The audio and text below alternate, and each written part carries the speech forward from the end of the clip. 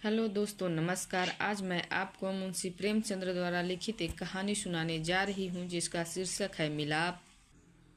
लाला ज्ञानचंद बैठे हुए हिसाब किताब की जांच कर रहे थे कि उनके सुपुत्र बाबू नानक चंद्र आए और बोले, दादा अब तक यहाँ पड़े पड़े जी उगता गया। आपकी आज्ञा हो तो मैं शहर को निकल जाऊँ, 1-2 महीने में लौट आऊँगा।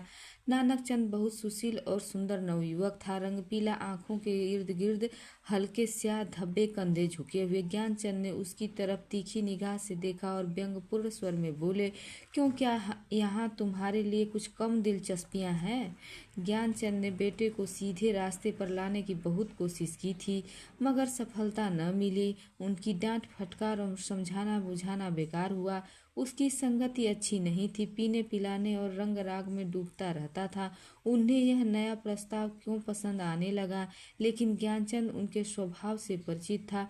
बेधड़क बोला, अब यहाँ मन नहीं लगता। कश्मीर की बहुत तारीफ सुनी है, अब वहीं जाने की सोच रहा हूँ। ज्ञानचंद, बेहतर है तशरीफ ले आइए। नानकचंद हंसते हुए बोला, कुछ रुपए तो दे दो, इस समय 500 रुपयों की सख्त जरूरत है। ज्ञानचंद, ऐसी फजूल की बातें मुझसे मत किया करो, मैं तुम्हें बार बार समझा चुका हूँ। नानकचंद ने हट करना शुरू किया और बूढ़े लाला इनकार करते रहे, यहाँ तक कि नानचंद झुंझला कर बोला, अच्छा कुछ मत दीजिए, मैं यूं ही चला जाऊंगा। ज्ञानचंद ने कलेजा मजबूत करके कहा, बेशक तुम ऐसे ही हिम्मतवार हो, वहाँ भी तुम्हारे भाई बंधु बैठे हुए हैं ना। नानकचंद, मुझे किसी की परवाह नहीं है, आपका रुपया आपको मुबारक हो।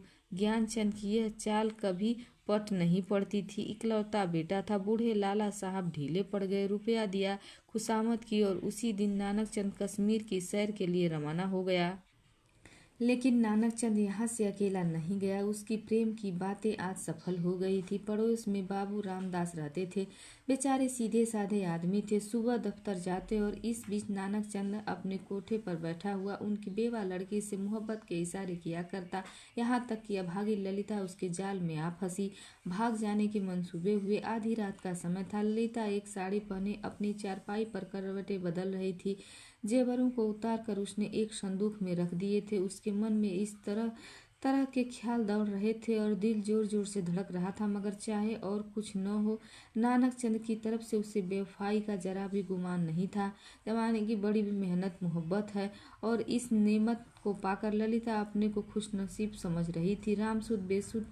रामदास बेसुध सो रहे थे कि इतने में कुंडी खटकी। ललिता चौंक कर उठ खड़ी हुई। उसने जेवरों को संदूक से उठा लिया, फिर एक बार इधर उधर हर्षत भरी निगाहों से देखा और दबे पांव चुपचाप दहलीज में आई और कुंडी खोल दी। नानकचंद ने उसे गले लगा लिया। बग्घी तैयार थी, दोनों उस पर जा बैठे। प्रातःकाल जब राम बाबू सोकर उठे, ललिता उन्हें नजर नहीं आई। घबराकर उन्होंने सारा घर छान मारा, लेकिन उसका कहीं पता नहीं चला।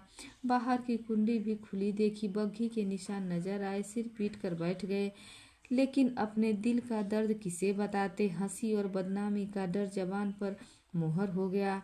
महसूस किया कि वह अपने ननिहाल तो नहीं गई, मगर लाला ज्ञानचंद सुनते ही भाप गए कि कश्मीर के सैर के कुछ और ही माने थे। धीरे धीरे यह बात सारे मोहल्ले में फैल गई, यहाँ तक कि बाबू रामदास ने शर्म के मारे आत्महत्या कर ली। मोहब्बत की सरगर्मियां नतीजे की तरफ से बिल्कुल बेखबर थी। नानकचंद जिस समय बग्घी में ललिता के साथ बैठा तो उसे इसके सिवा कोई ख्याल न था कि एक युवती मेरे बगल में बैठी है जिसके दिल का मैं मालिक हूँ। उसी धुन में वह मस्त था। बदनामी का डर, कानून का खटका, जीविका के साधन, उन समस्याओं पर विचार करने की उसे कुछ समय फुर्सत न थी। लेकिन हाँ, उसने कश्मीर का इरादा छोड़ दिया और कलकत्ते जा पहुंचा। किफायत सारी का सबक न पढ़ा था। उसके पास जो कुछ रुपए थे 2 महीने में खर्च हो गए। ललिता के गहने पर नौबत आई, लेकिन नानकचंद में इतनी शराफत बाकी थी। दिल मजबूत करके बाप को पत्र लिखा, मोहब्बत को गालियां दी और विश्वास दिलाया कि अब आपके पैर चूमने के लिए जी बेकरार है, कुछ खर्च भेज दीजिए। लाला साहब ने खत पढ़ा। तस्कीन से हो गई कि चलो जिंदा है, खैरियत से है। धूमधाम से सत्यनारायण की कथा सुनी, रुपए भेज दिए, लेकिन जवाब में लिखा, खैर जो कुछ तुम्हारी किस्मत में था वह हुआ। अभी इधर आने का इरादा मत करो, बहुत बदनाम हो रहे हैं। तुम्हारी वजह से मुझे भी बिरादरी से नाता तोड़ना पड़ेगा। इस तूफान को उतर जाने दो। तुम्हें खर्च की तकलीफ नहीं होगी, लेकिन जब इस युवती की बाह पकड़ी है तो इसका निबाह अच्छी तरह करना, उसे अपनी ब्याहता पत्नी समझना। नानकचंद ने दिल पर से चिंता का बोझ उतर गया। बनारस से माहवार वजीफा मिलने लगा। इधर ललिता की कोशिश ने भी कुछ दिन तक खींचा, लेकिन नानकचंद की शराब की लत न छूटी। हफ्ते में 2 दिन जरूर थिएटर जाता, तो भी तबीयत में स्थिरता और कुछ संयम आ चला था। इस तरह कलकत्ते में उसे 3 साल काटे। इसी बीच ललिता ने एक बच्ची को जन्म दिया, जिसका नाम उसे कमला रखा। तीसरा साल गुजर रहा था कि नानकचंद के उस शांति प्रिय जीवन में हलचल पैदा हुई। लाला ज्ञानचंद का 50वां साल था, जो हिंदुस्तानी रईसों की प्राकृतिक आयु है, और उनका स्वर्गवास हो गया। और जो ही यह खबर नानकचंद को मिली, वह ललिता के पास जाकर चीखें मारकर रोने लगा। जिंदगी के नए नए मसले अब उसके सामने आए। इस 3 साल की संभली हुई जिंदगी ने उसके दिल सोहदेपन और नशेबाजी के ख्याल बहुत कुछ दूर कर दिए थे। उसे अब यह फिक्र हुई कि चलकर बनारस में अपनी जायदाद का कुछ इंतजाम करना चाहिए, वरना सारा कारोबार धूल में मिल जाएगा। लेकिन ललिता का क्या करूं? अगर इसे वहां लिए चलता हूं तो 3 साल की पुरानी घटनाएं ताजी हो जाएंगी, और फिर एक हलचल पैदा होगी जो मुझे हुक्काम और हम जोलियों में जलील कर देगी। इसके अलावा उसे अब कानूनी औलाद की जरूरत भी नजर आने लगी।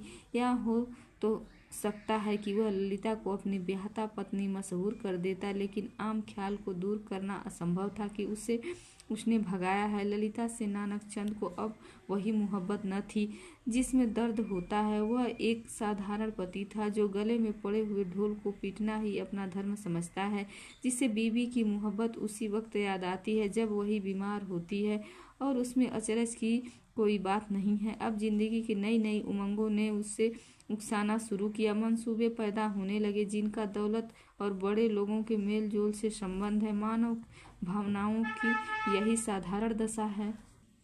नानकचंद अब मजबूत इरादों के साथ सोचने लगा कि यहाँ से क्यों कर भागूं।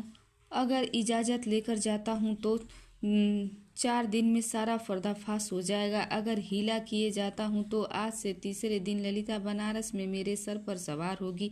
कोई ऐसी तरकीब निकालूं कि इन संभावनाओं से मुक्ति मिले। सोचते सोचते उसे आखिर एक तरकीब सूझी। वह एक दिन शाम को 2 दारियों की सैर करने का बहाना करके चला और रात को घर पर वापस न आए। दूसरे दिन सुबह एक चौकीदार ललिता के पास आया और उसे थाने में ले गया।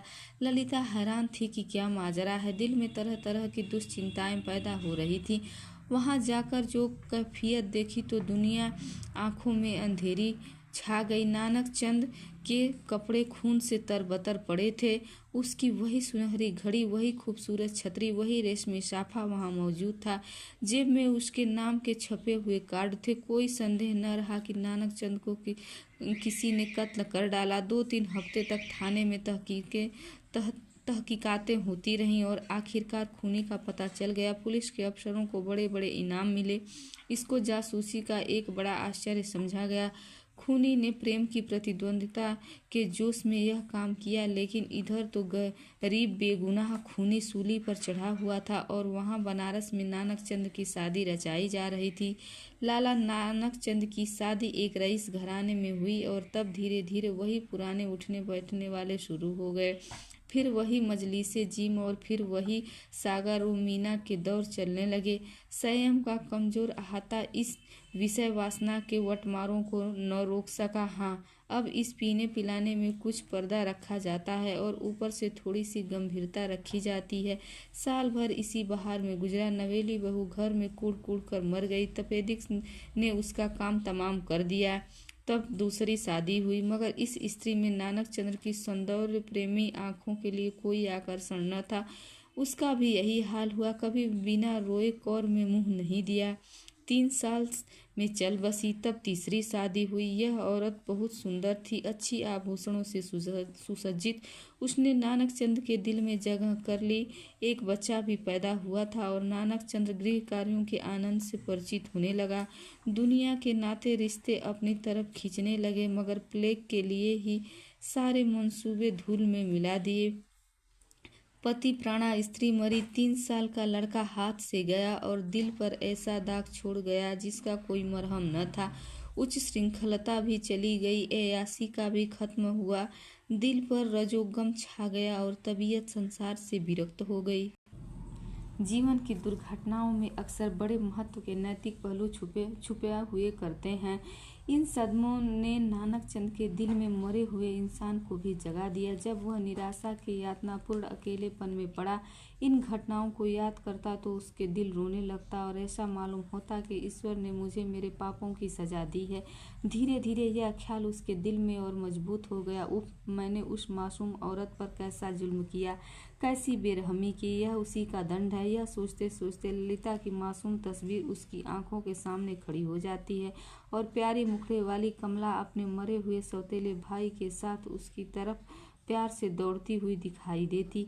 इस लंबी अवधि में नानक चंद को ललिता की याद तो कई बार आई थी, मगर भोग विलास, पीने पिलाने की उन काफियातों ने कभी उस ख्याल को जमने नहीं दिया। एक धुंधला सा सपना दिखाई दिया और बेकसी की हालत में छोड़कर मैंने उसकी सुध तक न ली।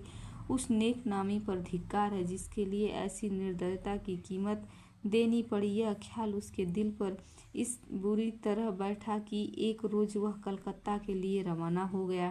प्रातः काल का समय था। वह कलकत्ते पहुंचा और उसी पुराने घर को चला। बहुत तलाश के बाद उसे अपना पुराना घर नजर आया। उसका दिल जोर जोर से धड़कने लगा और भावनाओं में हलचल पैदा हो गई।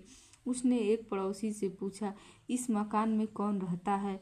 बूढ़ा बंगाली था। बोला, हम यह नहीं कह सकता कौन है कौन नहीं। इतना बड़ा मुल्क में कौन किसको जानता है, लेकिन हाँ, एक लड़की और उसकी माँ रहती है। विधवा है, कपड़े की सिलाई करती है। जब से उसका आदमी मर गया तब से यही काम करके अपना पेट पालती है। इतने में दरवाज़ा खुला और एक 13-14 साल की सुंदर लड़की किताब लिए हुए बाहर निकली।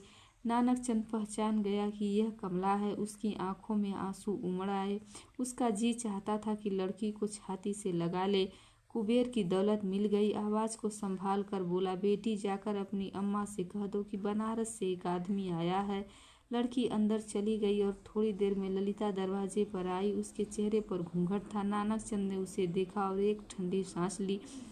पतिव्रत धर्म और निराशा की सजीव मूर्ति सामने खड़ी थी। उसे देखकर वह बरबस रोने लगा। ललिता ने घूंघट की आड़ से देखा और आश्चर्य के सागर में डूब गई। वह चित्र जो हृदय पट पर अंकित था और जो जीवन के अल्पकालिक आनंदों की याद दिलाता रहता था, जो सपनों में सामने आकर कभी खुशी के गीत सुनाता था और कभी रंज के तीर चुभाता था, इस समय सजीव सचल सामने खड़ा था। ललिता पर एक बेहोशी छा गई, कुछ वही हालत जो आदमी को सपने में होती है। वह व्यग्र होकर नानक चंद की तरफ बढ़ी और रोती हुई बोली, मुझसे अब यहाँ नहीं रहा जाता। ललिता को इस बात की जरा भी चेतना न थी कि वह उस व्यक्ति के सामने खड़ी है जो एक जमाना हुआ मर चुका था, वरना शायद वह चीख कर भागती। उस पर एक सपने की सी हालत छाई हुई थी। लेकिन जब नानक चंद ने उसे सीने से लगाकर कहा, ललिता, अब तुमको अकेला न रहना पड़ेगा। तुम्हें इन आँखों की पुतली बनाकर रखूंगा।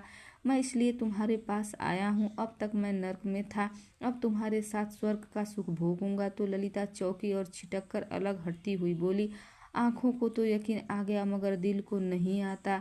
ईश्वर करे यह सपना न हो। धन्यवाद। प्लीज़ कहानी अच्छी लगे तो वीडियो को लाइक कीजिए और चैनल को सब्सक्राइब कीजिए। धन्यवाद।